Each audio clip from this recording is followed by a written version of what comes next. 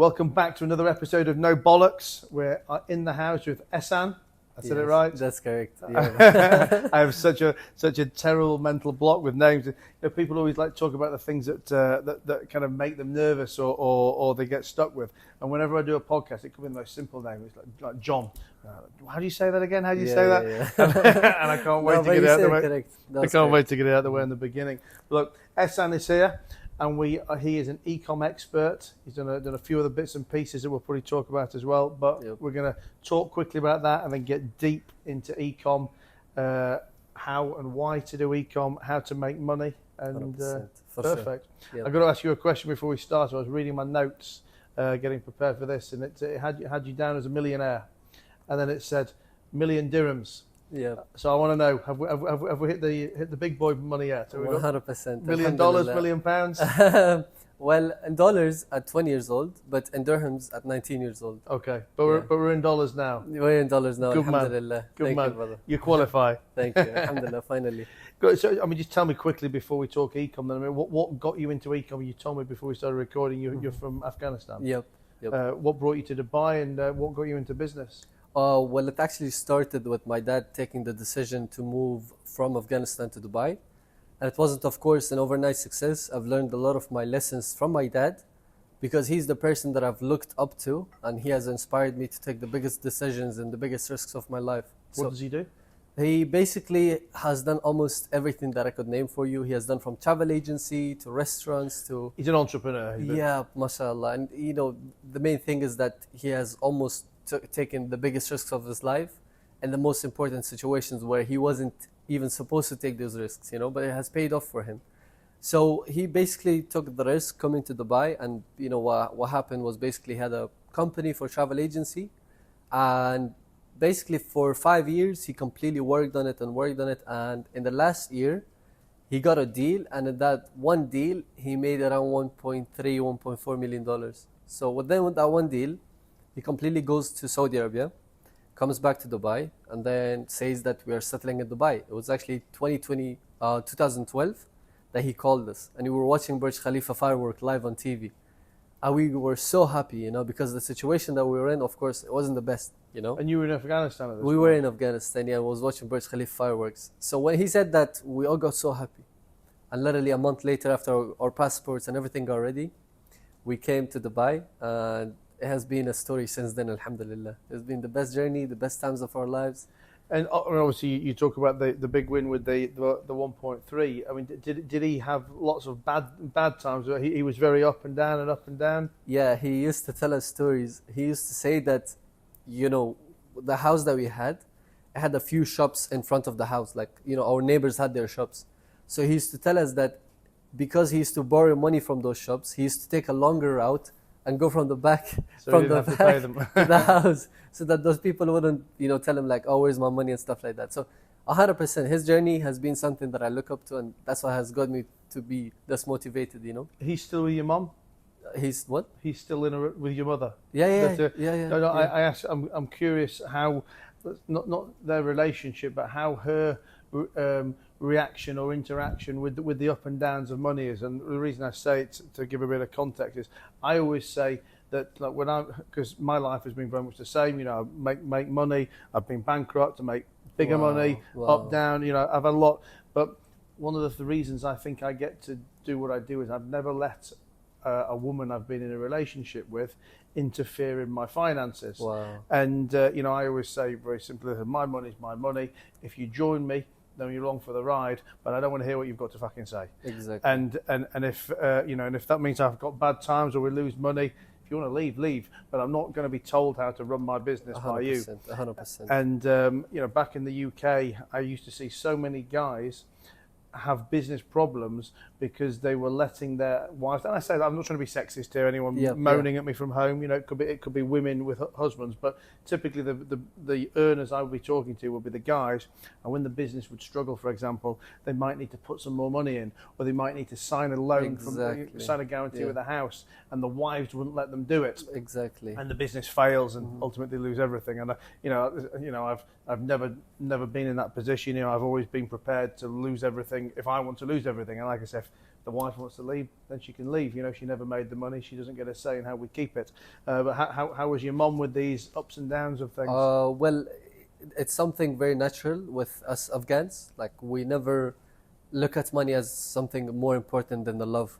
So it's always that the man takes care of the business and the woman takes care of the house, the children and everything. And it's never that, you know, the woman would interfere in any point, you know, unless the husband asks her for... But I guess if he's losing money, then he's not taking care of business. So what does the woman say then? Well, it's very hard, of course, but throughout the thick and thins, she stays with you. And that's what's beautiful about the culture and everything. Like, they stay with the patriotics that they have stayed for the past 1,000 years, you know. They stay with the same husband, and they never look into money as an important factor for them to either leave them or love them more or love them less. So they just stay with them. Well, look, let's get into the meat. How did you get into Ecom? All right. I know you said before we started recording you used to do some videography and editing, but how did you start Ecom and why? Exactly. So I started my journey with basically taking videography and photography for a small cafeteria. And that was the time I started my TikTok. I was creating content on TikTok. And basically at that time when I gained followers, some of the smaller brands, you know, restaurants and everything, either they reached out to me or I reached out to them.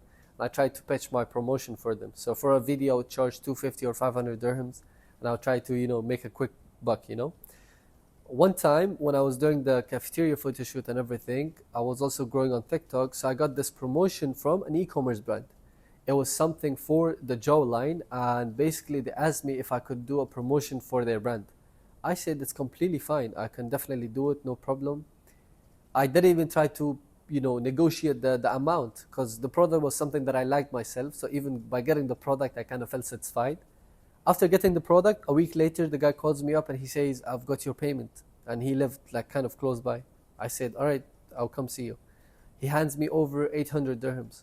And that's the most amount of money that I've ever made in like a single transaction. So I was super happy and I was, you know, curious on how he actually did it and how he actually paid me, you know, because I've always wanted to learn everything from someone else. You know, when I see a successful business, I try to see like how they actually worked it out. So I reached out to the guy a few days later. I said, you know what, my next payment, I will do another video completely for free. I just want to learn how to do this with you together. He said, I'm sorry, but the promotions are completely separate since I manage it with my partner. But if you want to learn, I charge 500 dirhams weekly. So after taking the mentorship for a week and struggling to pay the second week, paid it off, I completely stopped after the second week. But the most important thing, I learned how to get a payment gateway and I learned how to ship out the orders, which is like basically the biggest headache you would go through in e-commerce and dropshipping. After I learned those, 6 months later, I got, you know, a bit of money here and there. I think I had like 700 to 1,000 dirhams. And I saw every sort of influencer promoting this one product, which was called the sunset lamp. And it was basically like, you know, kind of indicating the sunset lamp, like kind of copying it. But you can turn it on at any time and your house looks like a, you know, there's sun inside your house. So some of these Ecom products are exactly fucking crazy. like whether you get these ideas, now but they sell millions of them. them. Now it's way too different. Now it's insane when you think about these products and how much you as an e-commerce owner would buy that product, you know, just because it's not even available for your own suppliers.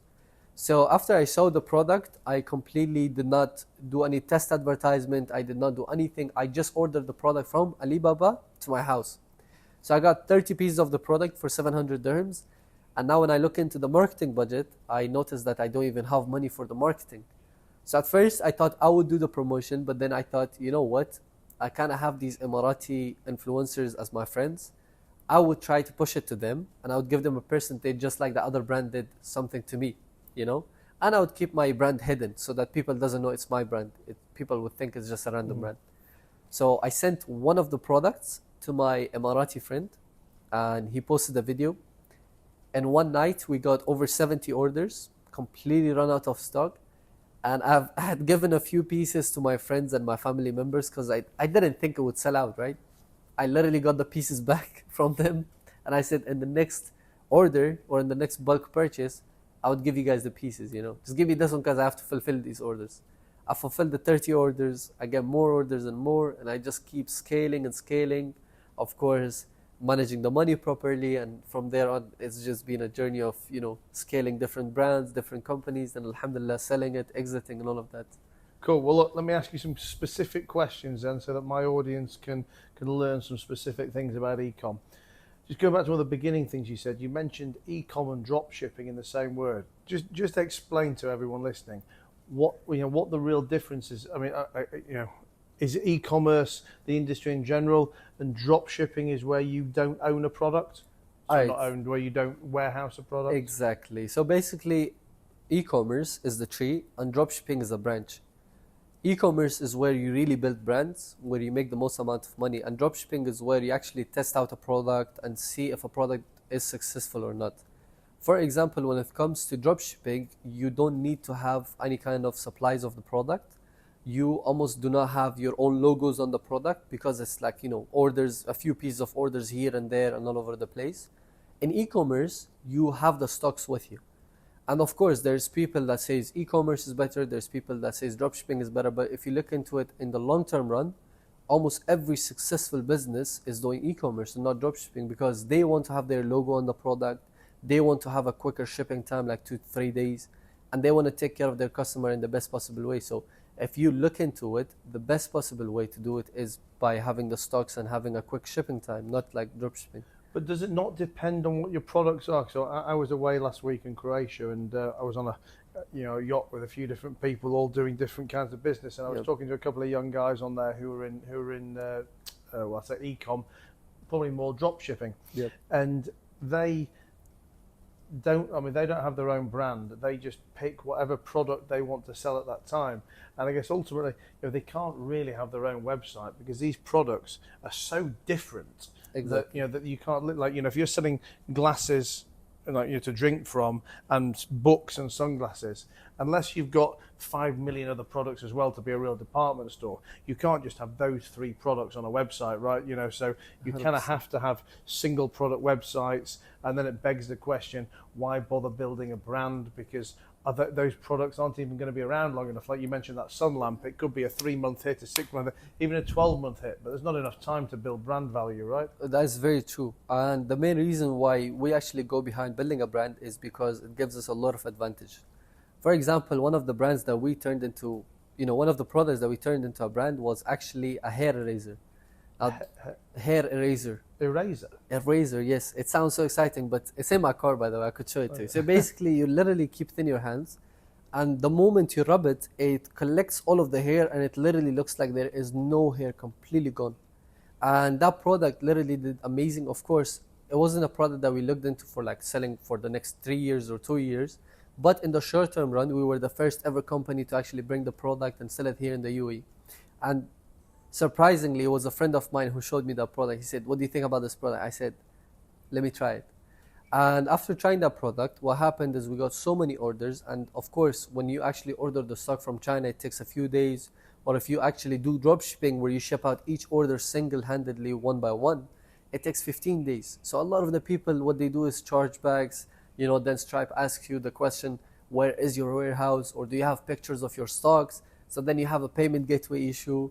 So what we did was basically slap our logo on top of the product, and instead of getting, let's just say 500 pieces, we would get 1,500. And the moment that we know that the product is like kind of getting less sales, we would offer like 2-in-1. We would offer, Black Friday, White Friday, any kind of a discount that we could go around, just so we can get rid of the amounts that we have got. And of course, we don't get just 1.5k pieces of product. We get 5k or 6k pieces of the product. And then we just slap our logo. And are you taking all of the product in yourself and you're doing the orders, or do you use like a drop shipping third-party warehouse? Well, back in the days, what I used to do is literally unpack the bag where the shipping company used to tell me to ship out the products from, and then put the product, and then put the slip, and then do this. And I used to do this from like usually 3 a.m. until like 5 a.m. because it would take me 2 to 3 hours.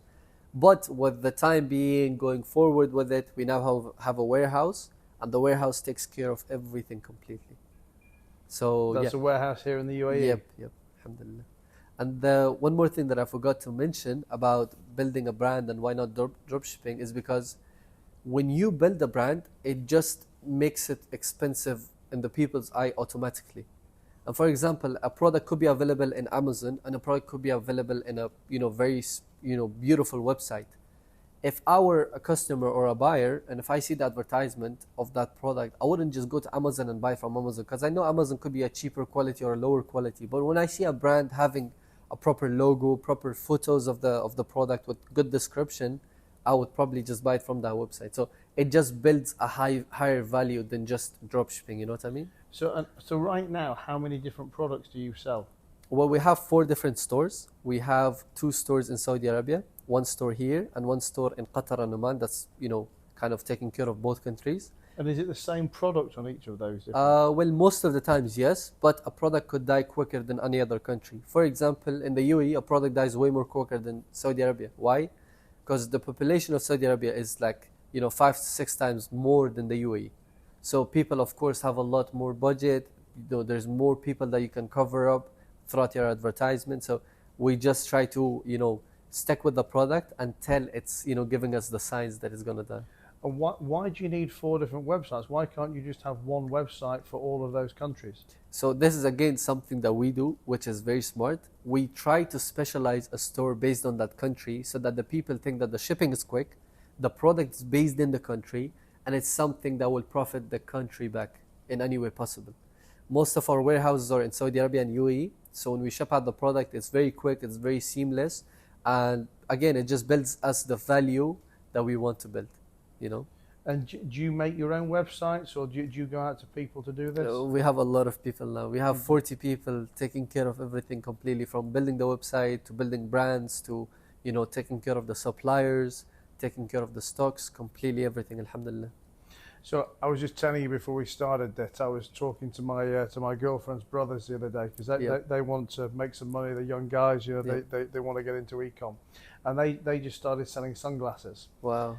And so they were asking me for a bit of advice. Now, listen, I'm not an Ecomm guy, so I don't pretend to be. But obviously, I have, I guess, I have what I think is the knowledge for me. But let me tell you some of the things I told them, and you can tell me if I was talking bullshit or. No, your experience is high. I definitely know it's valuable. So, a lot of people go, I want to have an Ecomm business. I'm going to sell X, whatever, sunglasses, glasses. Yep. I think that people shouldn't get hung up on don't care what your product is. Don't go, I want to sell jeans because I love jeans. I was saying to these guys, look, you've already bought the sunglasses now, so fine, you're going to have to try and sell them. But your next product needs to be reverse engineered. Go out there and see what everybody else is selling. Don't get emotionally attached to this shit. If everybody's selling a jaw chomper, then maybe the jaw chomper is what you need to be selling. Right. Yep, you're so right. And 100% makes sense, because the minute you actually put an investment into the product without doing the research or without seeing if people actually want the product, is the minute you lost.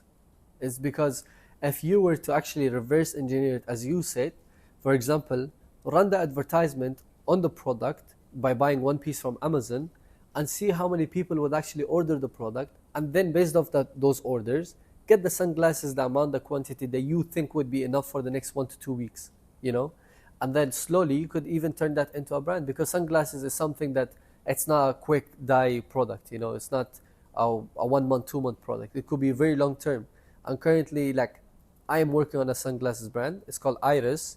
And I would definitely show you. Maybe you will be interested in getting into e-commerce, maybe, Okay. Because you invest a lot. So question number 2. Okay. The next thing I was saying was that, for me, I believe that your marketing is going to be your biggest cost of what you do. So again, I was saying that whatever product you buy, I think needs to have huge margin, because, for example, if you buy something for £1, for example, $1, I think you need to be able to sell it not for $3, but for $10, because I personally think it's going to cost you $4 or $5 to sell it. And you need to be able to have the budget to be able to pay for big marketing. Yep, very right, very true. And the main reason why you don't want to sell a product that's very cheap is because you will not have any kind of margins on top of that product. And even if you did have a margin, it would be almost invisible. It would go in the costs that would come around, the hidden fees or the hidden cost that comes around dropshipping. So that's a very good advice. If he wants to sell a product, we always advise that the product shouldn't fit in your hands and you cannot see it. Or it shouldn't be a product that's way too small for example, less than $10. You know, we always advise our students or our people that you should try to sell a product above $10, because even after cutting down the expenses of the product and the advertisement and even the shipping cost, you would still have a good margin. And of course, the more sales you get, the more money you're going to make throughout that product. Hey, Matt here, just interrupting myself to say, I know that you guys like the content I give you because you send me messages and emails about it, but I also know not enough of you implement it. So maybe what you need is a one-on-one strategy call with me for strategy, for consultancy, for advice, whatever it may be. Let's jump on the phone for 15 minutes. 15 minutes is all it takes for me to supercharge your business, to change your life. Click the link down below, book a call with me. I'll see you soon. So typically for you, what's the price point of a product, and what's the margin the gross margin that you're working to? All right, so I will tell you a general idea about a product that we kind of go around with. I would give you an example in dirhams, but I will turn it into dollars because everybody would understand. If a product is $50, we tend to sell it 4 times the price. Okay, so you buy it for $50, you want to sell it for $200. Exactly. But of course, in dollars, it wouldn't be the exact same thing. It would probably be maybe $150, $120. It would be a bit different. In UAE, in dirhams, if we get a product for 50 dirhams, we sell it for 4 times the price, which means it's 200 dirhams. Yeah. Now, to do the quick maths, if you were to have 100% profit margin, here's what it would look like. So you would take the 50 multiplied by 4, which is 200. And then from this 200, you would have to deduct the first thing, which is the product cost. So you're left with 150 dirhams. Yeah. The second thing, which is shipping and delivery, because you're doing e-commerce, you would have to use a local delivery company to ship out the product to the customers and all of the people. Because what you normally swallow the delivery price, so you don't charge them 200 dirhams plus shipping. Exactly. That's what we take care of. So we always say free shipping because it motivates the people to purchase the product. It makes the conversion go way more higher. So the second thing would be shipping and delivery, which is 25 dirhams within all over UAE. And then the third thing would be an average cost for your marketing. Now, depending on the product, a product could be, an average sale cost of having, let's just say 10 dirhams or 20 dirhams or even 30 dirhams. But on an average, it's 25 dirhams from what most of the times what we see. So if you spend 25 dirhams, you would probably get one sale on a product that's 200 dirhams. So after cutting the 50, the 25 again, you would be left with 100 dirhams. And that 100 dirhams is your pure profit margin. And that's what you're trying to work to. You try and teach your students to work to 100% margin, or 100% markup, 50% margin. Exactly. And that's what works the best. And that's realistic? That's realistic. We have products that's currently doing that. Okay. Well, let's talk about the marketing side of it then. So I think you were talking about maybe an 8 times ROAS? You use that word ROAS? Return on ad spend? Yeah. Well, it could be between 4 to 6, okay. Depending on the advertisement and if it's Meta or TikTok. So that was my next question. So typically, what channels for advertising do you use? We use TikTok mainly. Mainly TikTok. Mainly TikTok. Yep. Okay. I'm not a TikToker, so I don't really know what a TikTok ad looks like. But a TikTok ad is a video ad, is it? It's a video ad, and now TikTok is doing something that we never expected to be here. They are doing photo ads. So this is going to completely change the whole game, because when we were having a great product, to build a great video for it, it would take us such a long time because we would have to go from agencies to agencies or create it by ourselves. But now, if we get the product pictures from the supplier, we are able to test the product. Instead of taking 3 to 4 days testing out the product, we can do it in the same exact day. So this will completely change the whole TikTok algorithm, and even for dropshippers, it's one of the best news that we could probably have, because everything just becomes more easier for us to test out a product and know if it's a winning product or not. Why do you prefer TikTok to Instagram or to Facebook? All right, so we were choosing Meta ads over anything, over Snapchat, TikTok, or anything that you could probably mention. But the main reason why we're going with it is because Facebook actually increased their CPC, which is cost per click, way more, double and tripled it. Facebook bans your advertising account almost every week, and you have to keep making new pixel, new accounts, and all. Why do they ban it? Well, the main reason why they ban it is because they don't want Facebook to be such a scammy place. They don't want it to be filled with advertisements. The main reason why, in my opinion, they do this, because they have advertisers who pay 100,000 dirhams per day. So they wouldn't look into your budget of 1,000 dirhams or 500 and be like, you know what, we're going to keep them in the special area or like not block their account. The minute that they see that you're running advertisement and you're especially on a testing phase, low budget, they just block your account. The good thing about TikTok is that the setup takes less than 5 minutes, connecting the pixel takes 2 minutes, and everything can be done in less than 1 hour. So complete advertisement and everything, and it's much more simple and easier to use. How much do you typically spend a day on TikTok? Well, it depends on the product. If it's on a testing phase, we spend around 300 to 500 per day on that product. Dollars? Dirhams. Dirhams, yeah. Yep. But if it is a proper brand and we have built something out of it, it could go even to 8 to 10K per day. Okay. So just on adverts, a couple of things I told the boys again then, so tell me if I'm right or not. For sure. So they said, what should our advertising channel be? And I personally said, I think you should be looking at Meta, Instagram or Facebook. I said, because if you're doing Google pay-per-click or Google shopping, to me it's a completely different type of intent. Exactly. On the kind of products people buy from drop shipping, they're impulse products. Exactly. You're swiping. Exactly. I really want that ear cleaner that's going to tickle my toes at the same time, or whatever the fuck it is. Exactly. Whereas if you're buying on Google, I want the Armani pink jeans with the green sticker. 100%. So, and then my second thing I said was that you should pick an advertising channel and just stick with that and go heavy, because I think for the volume of business that they're going to do, or that most people are going to do, you don't need to complicate it by doing a bit of this and a bit of that. Exactly. You can spend 10 grand a day in dollars, 100 grand a day in dollars on TikTok, and still not even scratch the surface. Unless your budgets are millions and millions, find something that works, get a return on investment that works, and just go heavy. Exactly. That's a very true thing, and it makes 100% sense. What I would personally suggest them is to kind of rethink about the product they've chosen. The main reason why I want them to rethink it is because they've You don't want them competing with your sunglasses, do you? No, I don't mind it. My sunglasses would be under my name, so it's like a personal brand. It's completely not going to be advertised or anything. It's just going to be personally endorsed by me on my channels.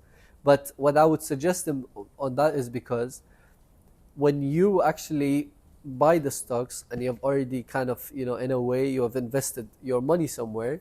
Now, when it comes to advertisement, if the product is not good, even if you spend $100,000, you would still not get the return that you want to get on that product.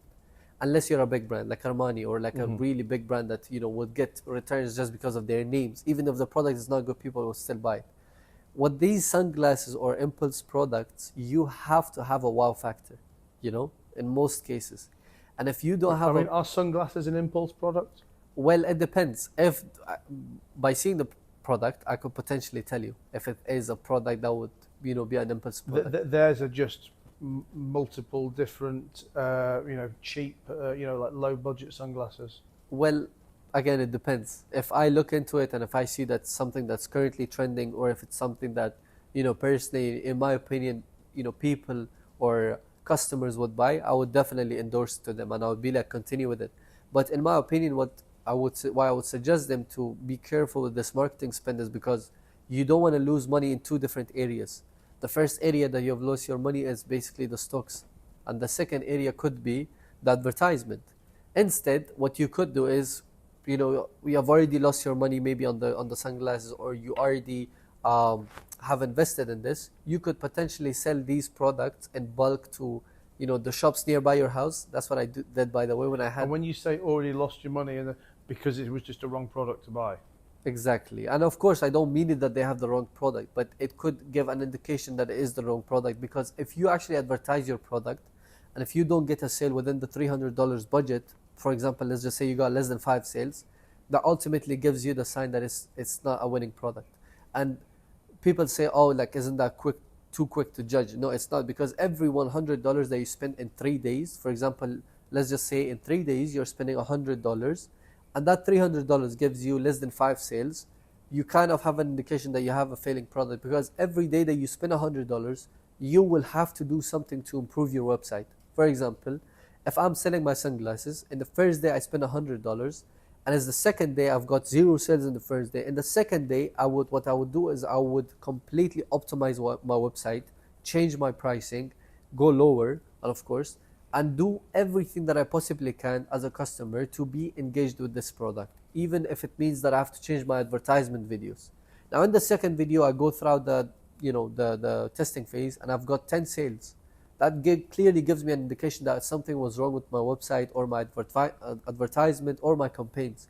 So now that I've fixed it, I know that it's a winning product. But if it's in the second day you're still getting 0 sales, you would probably have to look into the third day as half-day advertisement, and then you cut it off.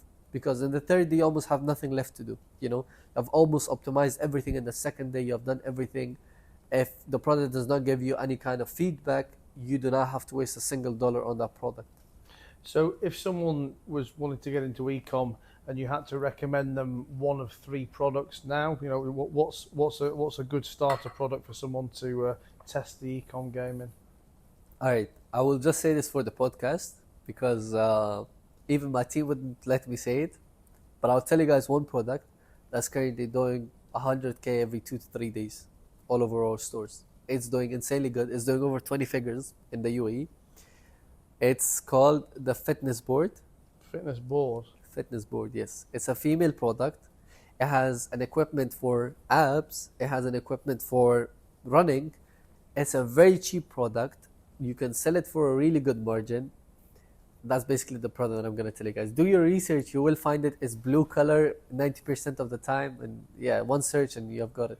I mean, just taking a step back from product for a minute and talk about sectors, because it just made me think when you talk about this fitness board, it gives me visions of 30 years ago, lying in bed when I was 10 years old and watching, watching advertising TV, what infomercials, like watching infomercials, which, probably the young guys, listening and watching to this now, they don't even know what an infomercial really is, but it was our old man's version of swiping through TikTok or swiping through Instagram. And fitness products, I always remember these crazy fitness products, like being able to row and do press-ups and sit-ups at the same time, and the adverts were always at 2 a.m, 3 a.m, 4 a.m, and if you could just spend $199 to buy this ridiculous contraption, then you too could be 6'6" with washboard abs and a couple of hot chicks. But it just made me think, rather than thinking about a specific product, kind there's certain sectors that always do good, and I would imagine, health, wealth, fitness, these kind of things, whatever the specific product in them is, people will buy.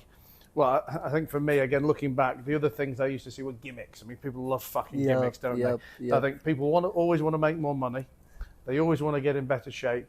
And they always like a gimmick, like a hairdryer that can cut carrots at the same time as blowing your hair or something. You're so right. You're 100% right. And, things haven't changed much. It's just that the products have developed so much well. They've got really cheaper just because everything have got so much more cheaper and organized. Like the shipping is easier. The cost of the production is easier. So they've got much more cheaper than what it used to be, of course.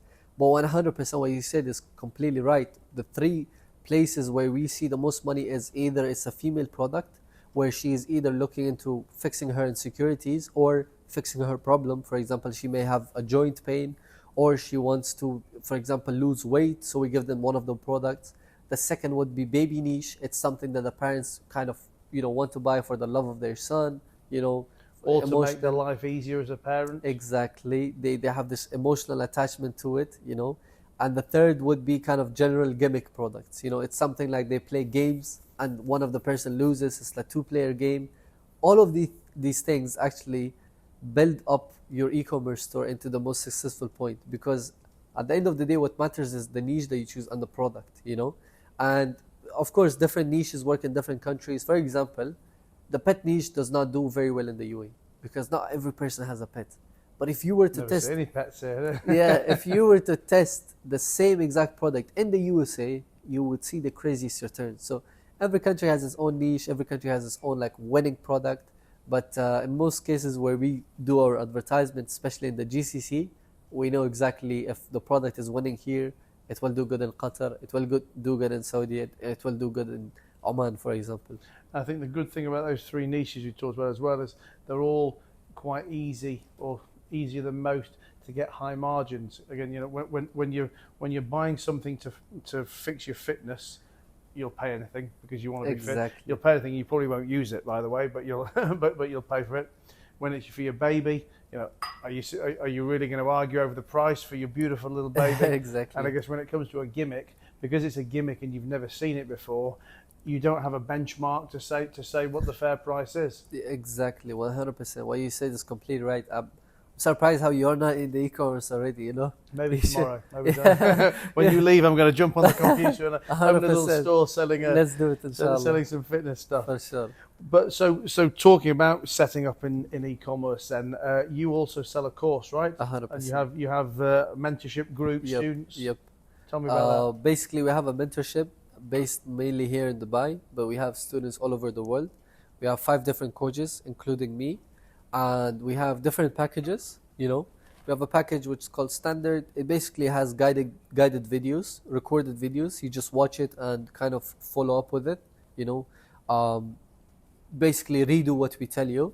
And then we have the other package which is called the Automated. So we basically automate the whole process for you, and you don't have to touch Shopify store at all. We take care of it from adding the product, from finding it, completely A to Z. And then we have a new package which we just released, which is private mentorship, but in an elite package, where we have 5 coaches instead of 1.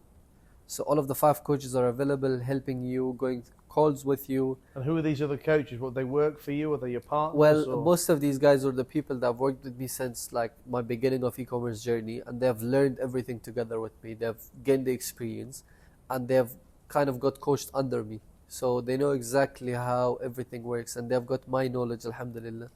And you mentioned like a Shopify store. I mean, do you tend to use Shopify, or is that sometimes that overkill for these? Yes, we do use Shopify, but our SaaS company is working on building our own Shopify. Okay.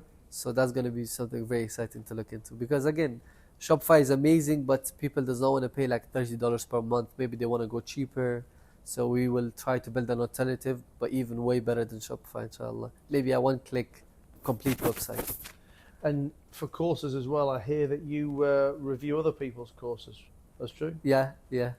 Tell me some big name courses out there. I've reviewed Iman Gaji's course. What does he do? He does social media marketing or something? Exactly. He doesn't do it, but he teaches. He preaches it. Yeah. Okay. Well, he preaches it, but he doesn't know how to do it. Yeah. He made a video. He said, "I quit my agency and I'm not doing agency anymore."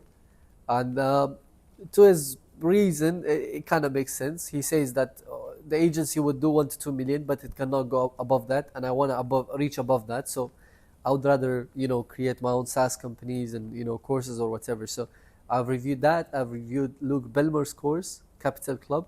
Don't know that. What does he do? He's a big guy too in the industry. What's the product? It's basically called Capital Club, and it's basically interviewing billionaires and having other people on site, and also teaching dropshipping on the side. Okay. So yeah, I've reviewed those courses, and I'm looking to review more courses. Have you reviewed Andrew Tate's? Yep. I've done that. Which one's that? Is that Hustler University? It's called. Now it's called The Real World. But it's the same thing, is it? Exactly. Yeah. And what's it like? Well, in my opinion, if I were to tap in knowledge, I would top Capital Club first. Yeah. In knowledge, in quality, I would top Iman Gaji's course, because the quality is insane, the production and everything. But the education wouldn't be the same as Capital Club.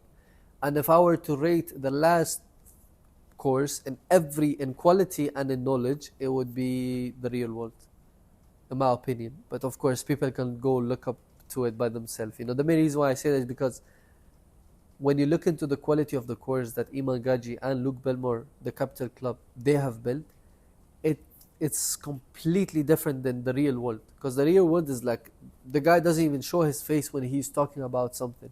Oh, really? Yeah, based on what I saw the last time I reviewed it. And when you were reviewing it, what were they teaching? Well, in The Real World, there's I think 18 different wealth creation methods. Okay. So I've got different coaches teaching different things, and for the most cases, there isn't the coach visible, he's not speaking to you. It's like a screen recording that you have to go through, or it's a PowerPoint presentation.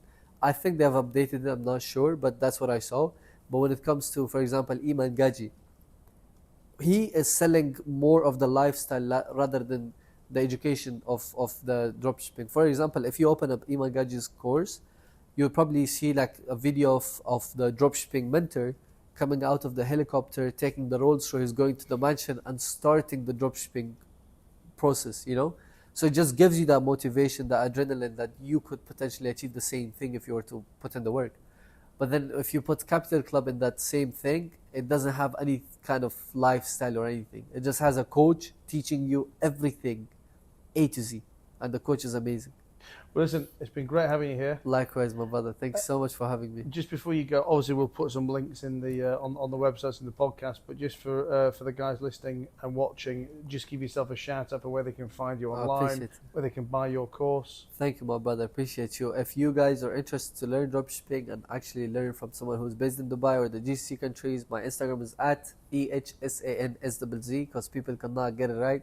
So that's Ehsan's, and I have my YouTube channel, and it was a pleasure to be here. For anyone who has watched that till now, from my side, comment to your PayPal, and I will do a personal, giveaway for everyone who comments their PayPal. So I'll put my PayPal on. You can send me some money too. All right, thanks so much. No worries. Buddy, thank you very much. Yeah, I appreciate the people because a lot of people cannot stick out through the whole podcast. It's very hard, wallahi. So for everyone who's sticking through, like, they're the real G's, to be honest. So I appreciate you guys. All right, buddy. Thank you very much. My pleasure, brother. Thanks so much for having me. Hey, Matt here. Just interrupting myself quickly to say thank you for listening to No Bollocks. But did you also know I've got another podcast, Stripping Off with Matt Haycox. Very different. No Bollocks is the quick daily business tactics that you need. But Stripping Off, we just do it once a week. We go deep, deep, deep with a CEO, with a celebrity, with an athlete, with an international inspiring character. We find out what makes them tick, we find out how they got to where they got to, and we find out how you can learn and benefit from them too. So jump on over to Spotify, iTunes, YouTube, wherever you listen to your content, and I'll see you on a future episode.